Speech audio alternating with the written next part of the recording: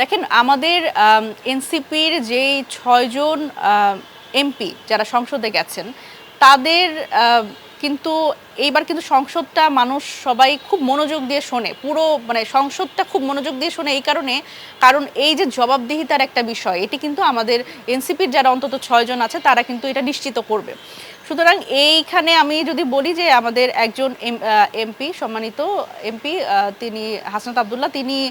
এই খেজুরের যে একটা বিষয় তিনি সামনে এনেছেন, সেটা হচ্ছে যে দেখেন বাংলাদেশের মানুষ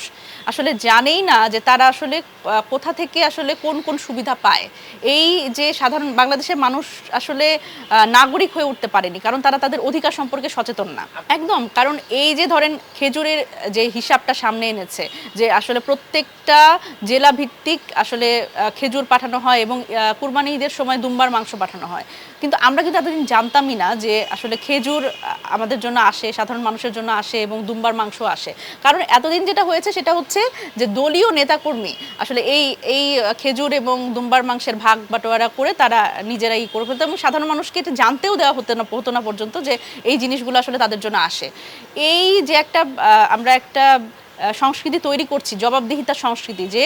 এমপিরাও আসলে জবাবদিহিতার মধ্যে থাকবে এবং সাধারণ নাগরিকরা জানবে তাদের জন্য আসলে কি কি কি জিনিস আসছে এবং তাদের জন্য কি কি সুবিধা আসছে। এটি অবশ্যই, এই প্রক্রিয়াটা যেহেতু আমরা শুরু করেছি, এই জবাবদিহিতার জায়গাটা, এটি অবশ্যই আমরা মনে করি যে আমাদের যে ৬ জন এমপি এছাড়া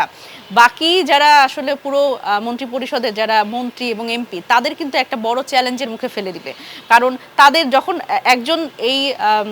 জবাবদিহিতাটা করছে, তখন কি অন্যান্যদের জন্য কিন্তু এই জবাবদিহিতাটা ফরজ হয়ে যায়। এখন এই জায়গা থেকে অনেকেই আসলে এইটার বিপাকে পড়েছে, কারণ যখন আসলে আমাদের হাসনাত আবদুল্লাহ এই খেজুরের হিসাব দিচ্ছেন এবং দুম্বার মাংসের হিসাব দিচ্ছেন, তখন কিন্তু আমরা দেখেছি যে বাংলাদেশের অন্যান্য সব জেলায় সবাই গিয়ে বলছে আমার খেজুরের হিসাবটা দেন। সুতরাং এই প্রশ্নের মুখে আমাদের এইবারকার যারা সংসদ সদস্য তারা কিন্তু এই প্রশ্নের মুখে পড়বে এবং আমার মনে হয় এটা সবচেয়ে বেশি লাভবান হবে বাংলাদেশের সাধারণ মানুষ, কারণ তারা তাদের অধিকার সম্পর্কে জানতে পারবে এবং সেই সংসদ সদস্যদের মাধ্যমেই কিন্তু তারা আসলে সেই তাদের নাগরিক অধিকারটা পাবেন বলে আমি আশা করি।